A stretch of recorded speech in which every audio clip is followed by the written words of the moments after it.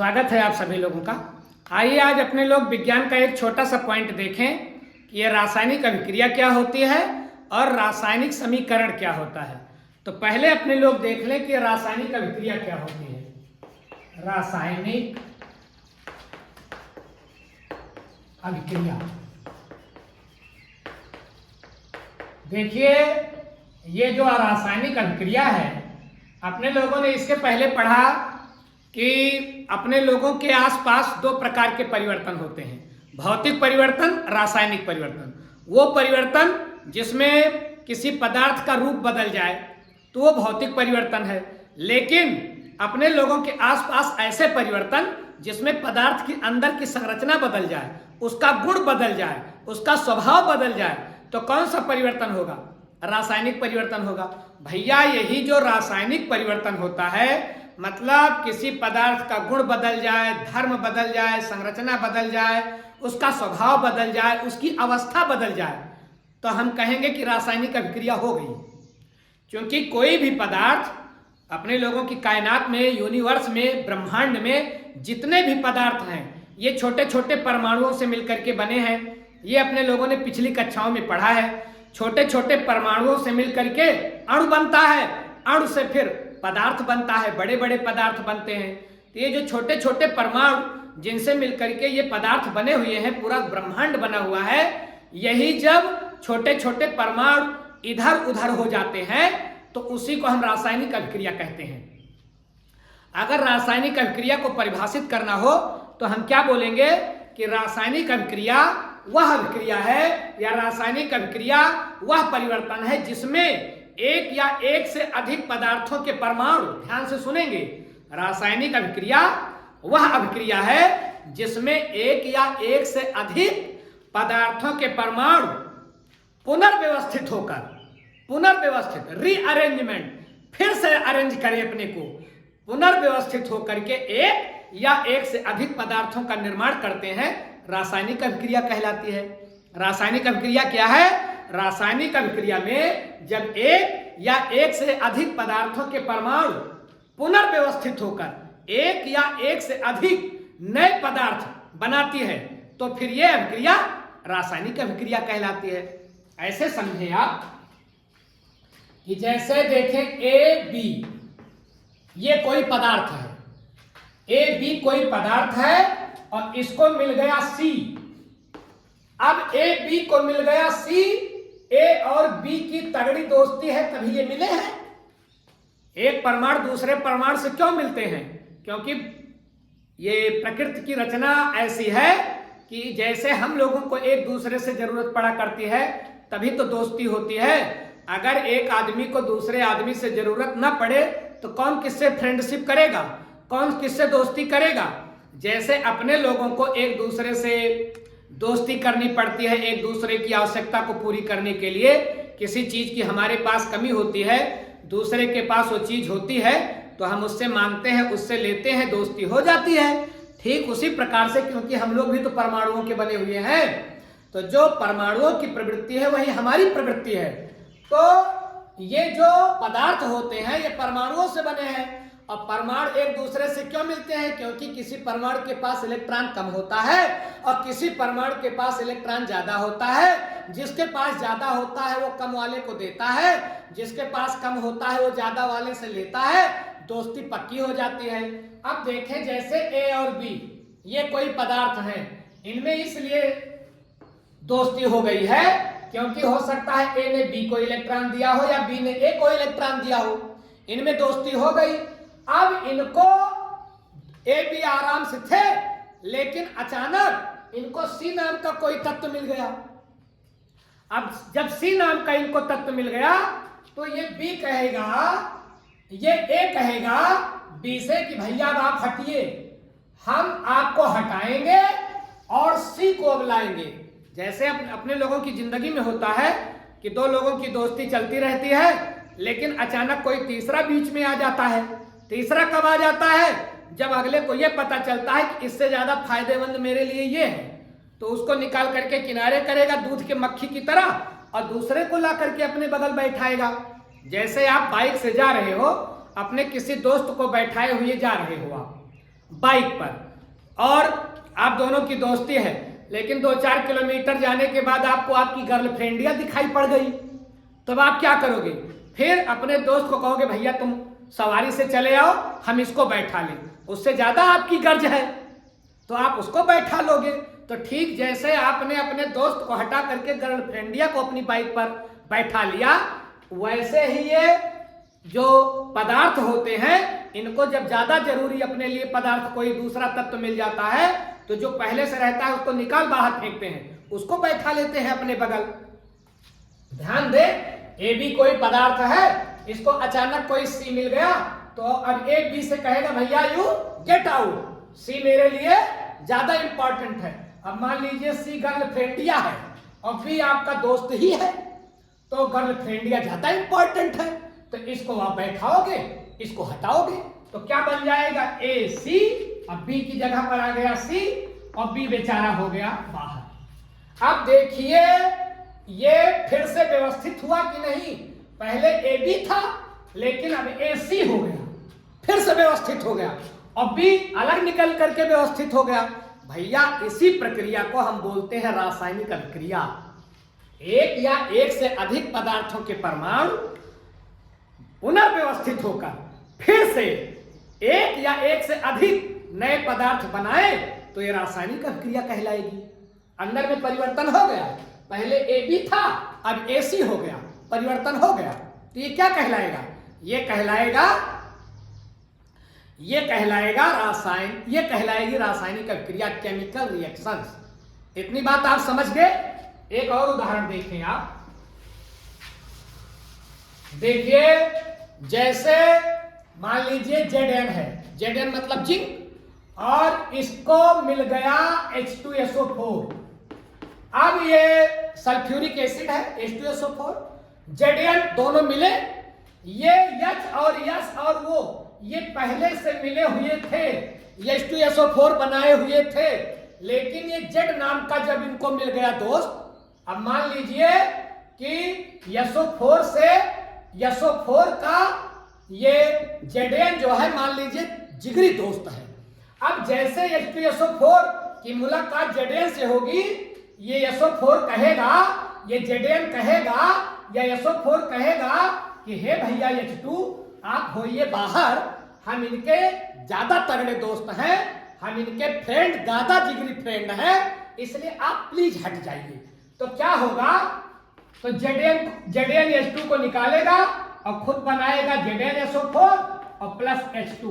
H2 को निकाल किया बाहर और H की जगह पर आ गया Zn।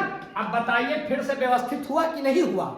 ज्यादा जिगरी आया तो कम जिगरी गया, ज्यादा तगड़ा दोस्त आया कम तगड़ा दोस्त गया।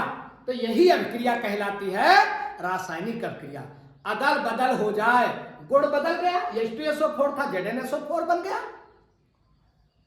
तो ठीक जैसे हम लोगों की जिंदगी में कम जरूरी लोग जब हमारे जिंदगी में रहते हैं और कोई ज्यादा जरूरी व्यक्ति आ जाता है हमारी लाइफ में, तो हम उसको कम जरूरी वाले को बाहर फेंकते हैं और ज्यादा जरूरी वाले को अपने घर में शरण देते हैं, अपने हृदय में शरण देते हैं।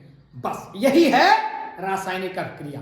फिर से व्यवस्थित हो जाए, जैसे मौका पाए अपने अपने मन पसंद तत्वों से मिल जाना ही क्या कहलाएगा? रासायनिक अभिक्रिया। इतनी बात समझ गए आप? अब देखें ये जो रासायनिक अभिक्रिया होती है, जो केमिकल रिएक्शन होता है, इसको लिखने के लिए वैज्ञानिकों ने बहुत तगड़ी विधि निकाली, नहीं तो बड़ी दिक्कत हो जाती। जैसे देखिए कार्बन डाइऑक्साइड बनाना है तो लिखते कार्बन प्लस ऑक्सीजन, कार्बन धन ऑक्सीजन, ये दोनों मिलेंगे तो बनेगा कार्बन डाइऑक्साइड। ये एक नियम है भैया, कार्बन और ऑक्सीजन जुड़ेगा तो कार्बन डाइऑक्साइड बनेगा। इससे अपने लोगों को एक इंट्रोडक्शन मिल जा रहा है कि कार्बन कोई तत्व है, ऑक्सीजन कोई तत्व है, ये दोनों मिलेंगे तो कार्बन डाइऑक्साइड नाम का कोई यौगिक बनेगा। ये देखें और जरा नीचे देखें, C+O2 बन गया CO2, C plus O2 CO2, C carbon है, O ऑक्सीजन है, CO2 बन गया। अब आप बताओ कि ये जो ज्यादा अच्छा लग रहा है C प्लस O2 CO2 कि कार्बन धन ऑक्सीजन फिर कार्बन डाइऑक्साइड? निश्चित रूप से ज्यादा अच्छा लग रहा है। देखने में अच्छे की बात नहीं है। देखिए पहली बात तो थोड़ा लिखना पड़ा, C for carbon, O for, अब इसको देखने से ये भी पता चल गया कि कार्बन 1 ऑक्सीजन 2 ने मिल करके कार्बन डाइऑक्साइड का एक अणु बनाया। कितनी जानकारी मिल गई भैया। जब रासायनिक अभिक्रिया को, अब ये रासायनिक अभिक्रिया हो गई, CO2 मिला, C प्लस O2 मिला, CO2 बना, ये रासायनिक अभिक्रिया हो गई। हाँ बिल्कुल हो गई, मिलना। अब CO2 बनेगा तो इसमें दोनों का गुण आ गया। तो अपने लोगों ने यही पढ़ा है कि पुनर्व्यवस्थित हो जाए तो रासायनिक अभिक्रिया है, तो रासायनिक अभिक्रिया ये हो गई। इसी रासायनिक अभिक्रिया को जब हम संकेत और सूत्र में डिनोट करते हैं तो इसको बोलते हैं रासायनिक समीकरण। क्या बोलेंगे? रासायनिक समीकरण। ये C for carbon, O for oxygen और CO2 किसका सूत्र है? कार्बन डाइऑक्साइड का। C किसका संकेत है? कार्बन का। O किसका संकेत है? ऑक्सीजन का। CO2 किसका सूत्र है? कार्बन डाइऑक्साइड का। भैया बाबू ध्यान से समझें, जब रासायनिक अभिक्रिया को संकेत या सूत्र के द्वारा हम प्रदर्शित करते हैं तो इसको बोलते हैं क्या? इसको बोलते हैं रासायनिक समीकरण, केमिकल इक्वेशन। जैसे गणित में समीकरण, अब ये बराबर, समीकरण समान करना, और हम इस समीकरण से ये भी देख सकते हैं कि ये वाला पक्ष और ये वाला पक्ष LSH RSH, LSH क्या है? LSH का मतलब हुआ लेफ्ट हैंड साइड और RHS का मतलब क्या हुआ? Right hand side. तो लेफ्ट हैंड साइड और राइट हैंड साइड मतलब ये पक्ष और ये पक्ष, दोनों पक्ष बराबर होने चाहिए, तभी रासायनिक समीकरण संतुलित है। इसको हम लोग बाद में देख लेंगे। तो जरा देखिए, C कितना है? 1, O कितना है? 2, इधर C कितना है? 1, O कितना है? 2। इसका मतलब LHS RHS, left hand side वाला मामला और राइट हैंड साइड वाला मामला दोनों बराबर है। दाएं हाथ वाला मामला और बाएं हाथ वाला मामला, दोनों मामला बराबर है। तो समझिए समीकरण संतुलित है। अब समीकरण क्या है? जब रासायनिक अभिक्रिया को हम किसमें डिनोट करेंगे? जब रासायनिक अभिक्रिया को हम संकेत या सूत्र में डिनोट करें तो उसको क्या बोलोगे भैया? उसको आप बोलोगे रासायनिक समीकरण। ध्यान रखें, अभी इसको देखें, अपने लोगों ने बनाया था ना, Zn प्लस H2SO4 क्या बनेगा? ZnSO4 plus H2। अब इसको ये लिखना आसान है कि लिखा जाए zinc sulphuric plus sulphuric acid, फिर तीर का निशान, फिर जिंक सल्फेट, फिर हाइड्रोजन गैस। ऐसा लिखा जाए तो ठीक है कि ये सूत्र में लिख दिया गया, संकेत में लिख दिया गया, ये ठीक है। निश्चित रूप से ज्यादा अच्छा है, बड़ा आराम मिलता है रासायनिक समीकरण। अब जिंक क्या है? जिंक के आगे ऐसे लिखा रहेगा S आएगा तो घबराना मत। S मतलब सॉलिड। अगर रासायनिक समीकरण में लिखा गया है S तो S मतलब सॉलिड, और रासायनिक समीकरण में कहीं लिखा गया है L तो L का मतलब होता है लिक्विड या जलीय द्रव। और ये जिंक सल्फेट आ गया तो इसको भी अगर लिखा गया है L तो मतलब ये द्रव रूप में है, या और फिर लिखा गया है H2G तो G for gas, G for gas. तो ध्यान रखिए, L लिखा है या एक्वस लिखा है, L लिखा है या एक्वस पूरा तो नहीं लिखा रहेगा, AQ लिखा रहेगा। अगर AQ लिखा है तो समझ जाना कि रासायनिक समीकरण में ये बात कर रहा है जलीय विलयन की। L लिखा है इसका मतलब वो द्रव है, G लिखा है इसका मतलब वो गैस है, और S लिखा है इसका मतलब सॉलिड है। तो कुछ बात ध्यान में रखिएगा। रासायनिक समीकरण में बड़े फायदे हैं इसके लिखने से। पहली बात तो यही फायदा हो जाता है, ये पता चल जाता है कितना जुड़ रहा है, कितना बन रहा है। अब ध्यान रखेंगे कि जैसे C+O2 बन गया CO2, ठीक है। अब ये जो C+O2 है, इसको रासायनिक अभिक्रिया में बोलते हैं अभिकारक, क्योंकि अभिक्रिया में भाग लेता है। और जो बन रहा है इसको बोलते हैं उत्पाद। देखिए, जो अभिक्रिया में भाग लेते हैं उनको बोलते हैं रिएक्टेंट्स, जो बनता है अभिक्रिया के बाद उसको बोलते हैं प्रोडक्ट या उत्पाद। और ध्यान रखिएगा आप लोग कि कभी कभी अभिक्रिया की जो गति है उसको घटाने बढ़ाने के लिए कुछ और भी पदार्थ उपयोग में लाए जाते हैं, उसको हम बोलते हैं उत्प्रेरक। उत्प्रेरक कौन होते हैं?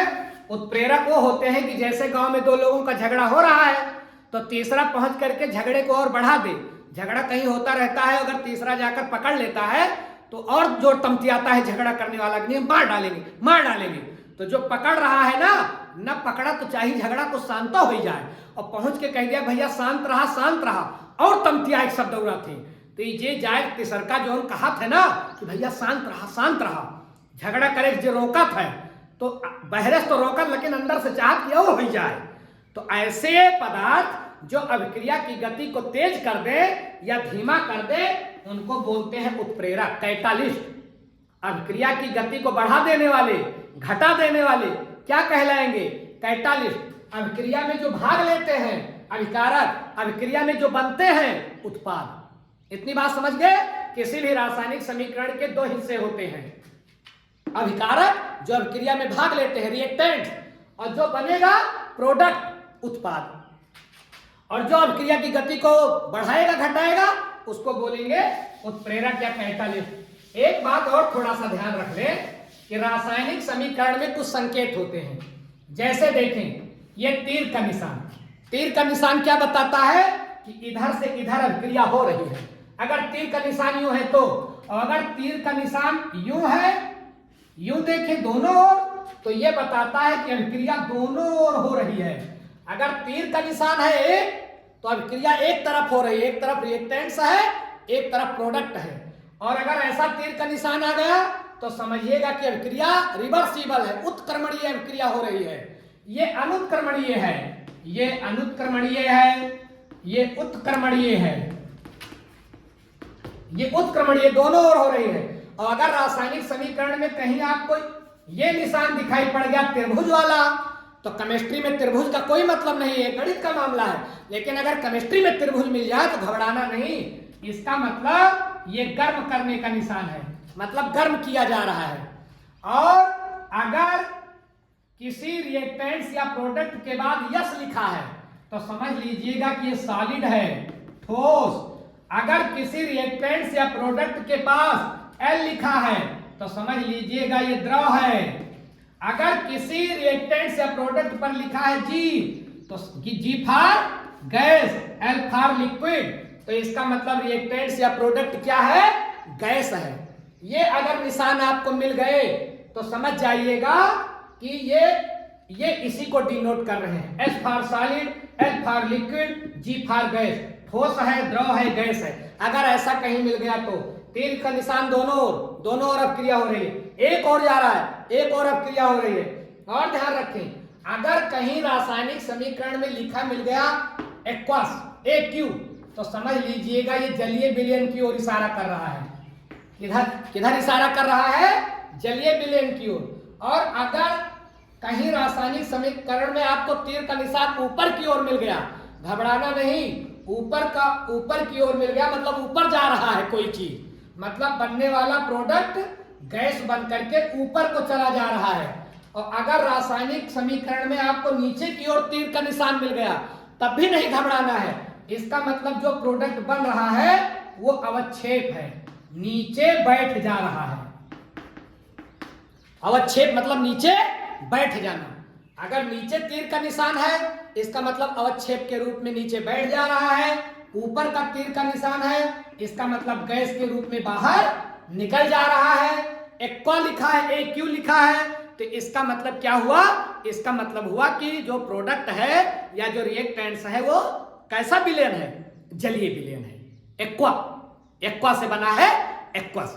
तो भैया ये रासायनिक समीकरण के कुछ सूत्र हैं, इसको भी आप लोग ध्यान रखिएगा। अच्छा, रासायनिक समीकरण लिखने के फायदे क्या हैं?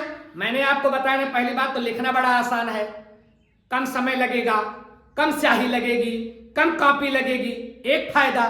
दूसरा फायदा क्या है कि अपने लोगों को यह भी पता चल जाता है कि रिएक्टेंट्स कितना है और प्रोडक्ट कितना बन रहा है, कितना अभिकारक है, कितना उत्पाद है। रासायनिक समीकरण से बड़े आराम से हम लोग जान सकते हैं। रासायनिक समीकरण का और क्या फायदा है? रासायनिक समीकरण में अगर ये सब निशान लगे हैं तो ये निशान बता देते हैं बिना कुछ किए, कुछ दिमाग नहीं लगाना है। अगर ये सब निशान मिल गए तो अपने लोग आराम से जान लेंगे कि अभिकारक की अवस्था क्या है और उत्पाद की अवस्था क्या है। तो मुझे लगता है आप समझे होंगे कि रासायनिक अभिक्रिया क्या है, रासायनिक समीकरण क्या है और रासायनिक समीकरण में प्रयोग होने वाले कुछ ये चिन्ह। ऐसे ही केमिस्ट्री के कुछ अन्य बिंदुओं के साथ आगे भी मिलेंगे।